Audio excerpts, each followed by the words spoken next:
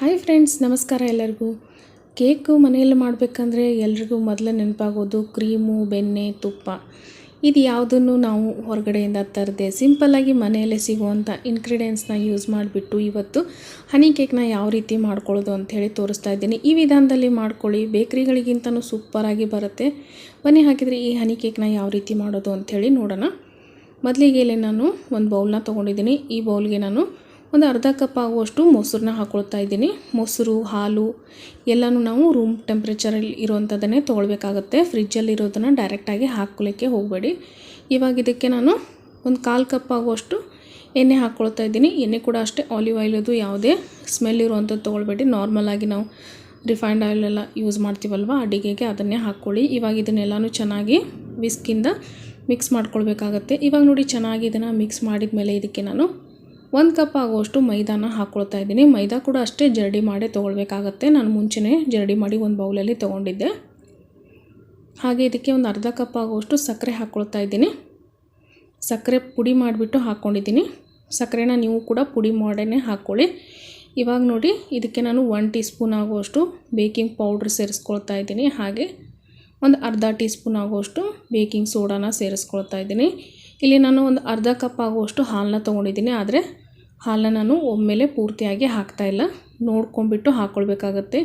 ಇವಾಗ ಇದೇ ವಿಸ್ಕ್ನಿಂದ ನಾನು ಚೆನ್ನಾಗಿ ಒಂದೇ ಡೈರೆಕ್ಷನಲ್ಲಿ ಬೀಟ್ ಮಾಡ್ಕೊಳ್ತಾ ಇದ್ದೀನಿ. ಯಾವುದೇ ರೀತಿ ಗಂಟುಗಳು ಇರದೇ ರೀತಿ ಚೆನ್ನಾಗಿ ಇದನ್ನು ಮಿಕ್ಸ್ ಮಾಡ್ಕೊಳ್ಬೇಕಾಗತ್ತೆ. ಮತ್ತೆ ಹಾಲನ್ನ ನೋಡಿಬಿಟ್ಟು ಹಾಕ್ಕೊಳ್ಳಿ. ಹಾಲು, ಮೊಸರು ರೂಮ್ ಟೆಂಪ್ರೇಚರ್ ಇರೋದನ್ನೇ ತೊಗೊಳ್ಬೇಕಾಗತ್ತೆ. ನಿಮ್ಮ ಹತ್ರ ಏನಾದರೂ ಕೇಕ್ ಮೆಜರಿಂಗ್ ಕಪ್ ಇದ್ದರೆ ಅದನ್ನೇ ಯೂಸ್ ಮಾಡ್ಕೊಳ್ಳಿ. ಇಲ್ಲ ನಮ್ಮ ಮನೆಯಲ್ಲಿ ಅಂದರೆ ಯಾವುದಾದ್ರೂ ಒಂದು ಚಿಕ್ಕ ಸ್ಟೀಲ್ ಬಟ್ಲನ್ನು ಯೂಸ್ ಮಾಡ್ಕೊಳ್ಬೋದು ಮೆಜರಿಂಗಾಗಿ. ಇವಾಗ ನೋಡಿ, ಈ ರೀತಿಯಾಗಿ ಒಂದೇ ಡೈರೆಕ್ಷನಲ್ಲಿ ಚೆನ್ನಾಗಿ ಮಿಕ್ಸ್ ಮಾಡ್ಕೊಳ್ಬೇಕಾಗತ್ತೆ. ಒಂದೇ ಸಲನೇ ನೀವು ಮೈದಾ, ಸಕ್ಕರೆ ಎಲ್ಲನೂ ಅಳತೆ ಮಾಡಿ ತೊಗೊಳ್ಬೇಕಾಗತ್ತೆ. ಆಮೇಲೆ ತೀರಾ ಜಾಸ್ತಿ ಹಾಲು ಹಾಕಿದ ಮೇಲೆ ಮತ್ತೆ ಮೈದಾ ಹಿಟ್ಟು ಹಾಕೋದು ಅದೆಲ್ಲ ಮಾಡಿದರೆ ಸ್ವಲ್ಪ ಕೇಕು ಹೆಚ್ಚು ಕಡಿಮೆ ಆಗಿ ಬರುತ್ತೆ. ಅಂದರೆ ಸ್ವಲ್ಪ ಗಟ್ಟಿ ಆಗ್ಬೋದು ಅಥವಾ ಸ್ವಲ್ಪ ಸಾಫ್ಟ್ ಆಗ್ಬೋದು. ಈ ರೀತಿ ಅಳತೆ ಪ್ರಕಾರ ತೊಗೊಂಡ್ರೆ ಕೇಕು ತುಂಬಾ ಚೆನ್ನಾಗಿ ಬರುತ್ತೆ. ಇವಾಗ ನೋಡಿ, ಚೆನ್ನಾಗಿ ಎಲ್ಲನೂ ಯಾವುದೇ ರೀತಿ ಗಂಟುಗಳು ಇಲ್ಲದಿರೋ ರೀತಿ ನಾನು ಇದನ್ನು ಮಿಕ್ಸ್ ಮಾಡ್ಕೊಂಡಿದ್ದೀನಿ. ಒಂದು ಸಲ ಇದನ್ನು ಮಿಕ್ಸ್ ಮಾಡಿದ ಮೇಲೆ ಇದಕ್ಕೆ ನಾನು 1 ಟೀ ಸ್ಪೂನ್ ಆಗುವಷ್ಟು ವೆನಿಗರ್ನ ಹಾಕ್ಕೊಂಡಿದ್ದೀನಿ. ನಿಮ್ಮ ಹತ್ರ ವೆನಿಗರ್ ಇಲ್ಲ ಅಂದರೆ ನೀವು ಲೆಮನಿನ ರಸನ ಹಾಕ್ಕೊಳ್ಬೋದು. ಎರಡರಲ್ಲಿ ಒಂದನ್ನು ಯೂಸ್ ಮಾಡ್ಕೊಳ್ಳಿ. ವೆನಿಗರ್ ಹಾಕಿದ ಮೇಲೆ ಜಾಸ್ತಿ ಹೊತ್ತು ಮಿಕ್ಸ್ ಮಾಡಬೇಡಿ. ಇವಾಗ ಕೇಕ್ ಬ್ಯಾಟ್ರು ರೆಡಿಯಾಗಿದೆ. ನಾನಿಲ್ಲಿ ಬ್ಯಾಟ್ರ್ ಮಾಡೋಕ್ಕಿಂತ ಮುಂಚೆನೇ ಕೇಕ್ ಟಿನ್ನ ರೆಡಿ ಮಾಡಿ ಇಟ್ಕೊಂಡಿದ್ದೆ. ನಾನಿಲ್ಲಿ ಸ್ಕ್ವೇರ್ ಕೇಕ್ ಟಿನ್ನ ತೊಗೊಂಡಿದ್ದೀನಿ. ಅದಕ್ಕೆ ಸ್ವಲ್ಪ ಎಣ್ಣೆನ ಹಚ್ಚಿಬಿಟ್ಟು ಅದಕ್ಕೆ ಬಟರ್ ಪೇಪರ್ನ ಹಾಕ್ಕೊಂಡಿದ್ದೀನಿ. ಅದ್ರ ಮೇಲೆ ಕೂಡ ಸ್ವಲ್ಪ ಎಣ್ಣೆನ ಹಚ್ಕೊಂಡಿದ್ದೀನಿ. ವೆನಿಗರ್ ಹಾಕಿದ ಮೇಲೆ ಜಾಸ್ತಿ ಹೊತ್ತು ಇದನ್ನು ಇಟ್ಕೊಳ್ಬಾರ್ದು. ಅದಕ್ಕೇ ಮುಂಚೆನೇ ನೀವು ಕೂಡ ಈ ರೀತಿ ಕೇಕ್ ಟಿನ್ನ ರೆಡಿ ಮಾಡಿ ಇಟ್ಕೊಳ್ಳಿ. ನಿಮ್ಮ ಹತ್ರ ಕೇಕ್ ಟಿನ್ ಇಲ್ಲ ಅಂದರೆ ಯಾವುದಾದ್ರೂ ಸ್ಟೀಲ್ ಟಿಫಿನ್ ಬಾಕ್ಸ್ ಇರುತ್ತಲ್ಲೋ ಅದನ್ನು, ಅಥವಾ ಯಾವುದಾದ್ರೂ ಅಲ್ಯೂಮಿನಿಯಂ ಪಾತ್ರೆನ ತೊಗೊಳ್ಬೋದು. ಇವಾಗ ನೋಡಿ, ಕಡಾಯಿನ ಕೂಡ ಅಷ್ಟೇ ನಾನು ಒಂದು ಸ್ಟ್ಯಾಂಡ್ನ ಹಾಕಿಬಿಟ್ಟು ಇದನ್ನು ಲೋ ಫ್ಲೇಮ್ನಲ್ಲಿ ಒಂದು 10 ನಿಮಿಷ ಫ್ರೀ ಹಿಟ್ ಮಾಡ್ಕೊಂಡಿದ್ದೀನಿ. ಇವಾಗ ಇದನ್ನು ಟಿನ್ನ ಇಡ್ತಾ ಇದ್ದೀನಿ. ಗ್ಯಾಸ್ನ ಲೋ ಫ್ಲೇಮ್ನಲ್ಲೇ ಇಟ್ಕೊಂಡು ಕೇಕ್ ಮಾಡಿದರೆ ತುಂಬ ಚೆನ್ನಾಗಿ ಬರುತ್ತೆ. ಕೇಕ್ ಬ್ಯಾಟ್ರ್ ಮಾಡೋದು ಎಷ್ಟು ಇಂಪಾರ್ಟೆಂಟೋ ಇದು ಬೇಯಿಸ್ಕೊಳ್ಳೋದು ಕೂಡ ಅಷ್ಟೇ ಇಂಪಾರ್ಟೆಂಟ್ ಆಗುತ್ತೆ. ಲೋ ಫ್ಲೇಮ್ನಲ್ಲೇ ಇಟ್ಕೊಂಡು ನಾನಿಲ್ಲಿ 30ರಿಂದ 35 ನಿಮಿಷ ಬೇಯಿಸ್ಕೊಳ್ತಾ ಇದ್ದೀನಿ. ಟೈಮ್ ಕೂಡ ಸ್ವಲ್ಪ ಹೆಚ್ಚು ಕಡಿಮೆ ಆಗ್ಬೋದು, ಯಾಕಂದರೆ ನಾವು ಫ್ಲೇಮ್ ಯಾವ ರೀತಿ ಇಡ್ತೀವೋ ಅದ್ರ ಮೇಲೆ ಡಿಪೆಂಡ್ ಆಗುತ್ತೆ. ಇಲ್ಲಿ ನನಗೆ ಟೋಟಲಾಗಿ ಒಂದು 35 ನಿಮಿಷ ತಾಗಿದೆ ಕೇಕ್ ಮಾಡಲಿಕ್ಕೆ. ಮಧ್ಯದಲ್ಲಿ ಒಂದು ಚಾಕು ಅಥವಾ ಒಂದು ಟೂತ್ಪಿಕ್ನ ಹಾಕಿ ನೋಡಿದಾಗ ಸ್ವಲ್ಪ ಕೂಡ ಬ್ಯಾಟ್ರು ಅಂಟಬಾರ್ದು, ಆವಾಗ ಕೇಕ್ ಆಗಿದೆ ಅಂತ ಅರ್ಥ. ಇವಾಗ ನೋಡಿ, ಕೇಕ್ ಟಿನ್ ನಾನು ಕೆಳಗಡೆ ಇಳಿಸಿಟ್ಟಿದ್ದೀನಿ ತಣ್ಣಗಾಗಲಿಕ್ಕೆ. ಅಷ್ಟರಲ್ಲಿ ಈ ಕಡೆ ಒಂದು ಶುಗರ್ ಸಿರಪ್ನ ರೆಡಿ ಮಾಡ್ಕೊಳ್ಬೇಕಾಗತ್ತೆ. ಒಂದು ಕಡಾಯಿ ಇಟ್ಕೊಂಡಿದ್ದೀನಿ. ಹಾಗೆ ಒಂದು ಅರ್ಧ ಕಪ್ ಆಗುವಷ್ಟು ಸಕ್ಕರೆ ಹಾಕಿದ್ದೀನಿ. ಅರ್ಧ ಕಪ್ ಆಗುವಷ್ಟು ನೀರನ್ನ ಹಾಕಿದ್ದೀನಿ. ಇದೇನು ಒಂದೇಳೆ ಪಾಕ ತೆಗೆಯೋ ಅವಶ್ಯಕತೆ ಇಲ್ಲ. ಸಕ್ಕರೆ ಎಲ್ಲ ಪೂರ್ತಿ ಕರಗಿದ್ರೆ ಸಾಕು.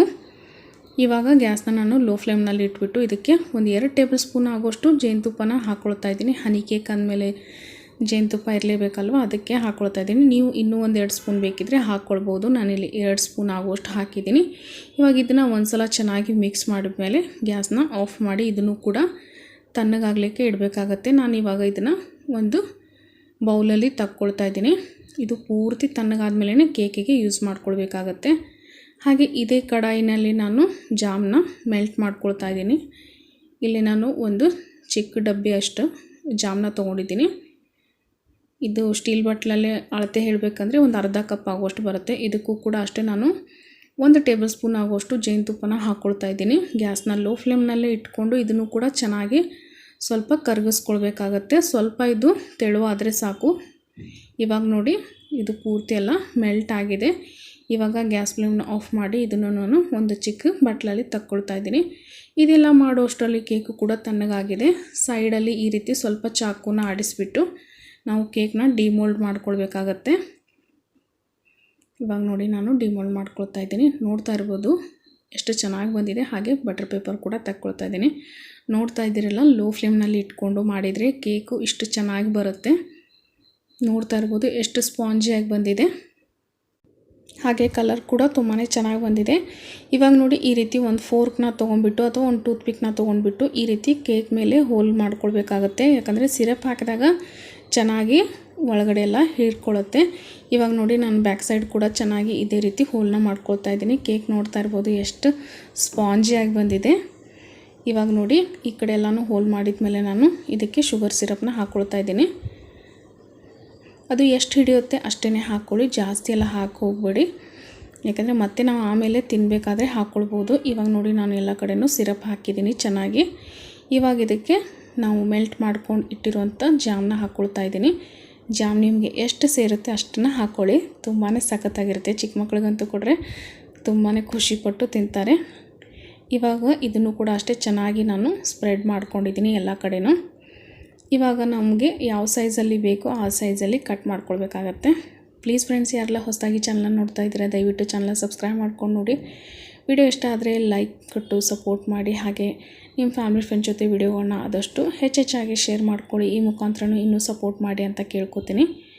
ಇವಾಗ ನೋಡಿ ನಾನು ಚೆನ್ನಾಗಿ ಕಟ್ ಮಾಡ್ಕೊಂಡಿದ್ದೀನಿ. ಕಟ್ ಮಾಡಿದ ಮೇಲೆ ಇದ್ರ ಮೇಲೆ ನಾನು ಡೆಸಿಕೇಟೆಡ್ ಕೋಕೋನಟ್ ಪೌಡ್ರನ್ನ ಹಾಕ್ಕೊಳ್ತಾ ಇದ್ದೀನಿ. ಇದು ಅಂಗಡಿಗಳಲ್ಲಿ ಸಿಗುತ್ತೆ. ಸಿಗಲಿಲ್ಲ ಅಂದರೆ ಮನೆಯಲ್ಲಿರುವಂಥ ಕೊಬ್ಬರಿ ಬ್ಲ್ಯಾಕ್ ಪಾರ್ಟ್ನ ತೆಗೆದುಬಿಟ್ಟು ಚಿಕ್ಕ ಚಿಕ್ಕ ಪೀಸ್ ಮಾಡ್ಕೊಂಬಿಟ್ಟು ಮಿಕ್ಸಿಗೆ ಹಾಕಿದರೆ ಡೆಸಿಕೇಟೆಡ್ ಕೋಕೋನಟ್ ಪೌಡ್ರ್ ಈಸಿಯಾಗಿ ರೆಡಿ ಆಗುತ್ತೆ. ನೋಡ್ತಾ ಇರ್ಬೋದು ಫ್ರೆಂಡ್ಸ್, ಕೇಕ್ ಎಷ್ಟು ಚೆನ್ನಾಗಿ ಬಂದಿದೆ. ತುಂಬಾ ಸಾಫ್ಟಾಗಿ ಜ್ಯೂಸಿಯಾಗಿ ಬಂದಿದೆ. ನಮ್ಮ ಮನೆಯಲ್ಲಂತೂ ಮಾಡಿದ ತಕ್ಷಣವೇ ಖಾಲಿ ಮಾಡಿಬಿಟ್ರು, ಅಷ್ಟೇ ಎಲ್ಲರೂ ಇಷ್ಟಪಟ್ಟು ತಿಂದರು. ಇವಾಗ ನೋಡಿ ಇದನ್ನು ನಾನು ಸ್ವಲ್ಪ ಡೆಸಿಕೇಟೆಡ್ ಕೋಕೋನಟ್ ಪೌಡ್ರನ್ನ ಇದ್ರ ಮೇಲೆ ಹಾಕ್ಕೊಂಡಿದ್ದೆ. ಇವಾಗ ಇದನ್ನು ಕೇಕ್ ಪೀಸ್ಗೆ ಕೂಡ ಸುತ್ತಲೂ ಹಚ್ಕೊಳ್ತಾ ಇದ್ದೀನಿ. ನಿಮ್ಗೆ ಇಷ್ಟ ಇದ್ದರೆ ಹಚ್ಕೊಳ್ಬೋದು, ಇಲ್ಲಾಂದರೆ ಸ್ಕಿಪ್ ಕೂಡ ಮಾಡ್ಕೊಳ್ಬೋದು. ಹಚ್ಚಿದರೆ ತುಂಬಾ ಟೇಸ್ಟಿಯಾಗಿರುತ್ತೆ. ನೀವು ಕೂಡ ಮನೆಯಲ್ಲಿ ಮಕ್ಕಳಿಗೆ ಈ ಹನಿ ಕೇಕ್ನ ಮಾಡಿಕೊಡಿ, ತುಂಬಾ ಇಷ್ಟಪಟ್ಟು ತಿಂತಾರೆ. ಹಾಗೆ ನಿಮಗೆ ಈ ವಿಡಿಯೋ ಇಷ್ಟ ಆಗಿದೆ ಅಂತ ತಿಳ್ಕೊತೇನೆ. ಇಷ್ಟ ಆಗಿದ್ದರೆ ಒಂದು ಲೈಕ್ ಕೊಟ್ಟು ಹೆಚ್ಚಿನ ಸಪೋರ್ಟ್ ಮಾಡಿ. ಮತ್ತೆ ಸಿಗ್ತೀನಂತೆ ನೆಕ್ಸ್ಟ್ ವಿಡಿಯೋನಲ್ಲಿ. ಅಲ್ಲಿವರೆಗೂ ಎಲ್ಲರಿಗೂ thank you so much for watching.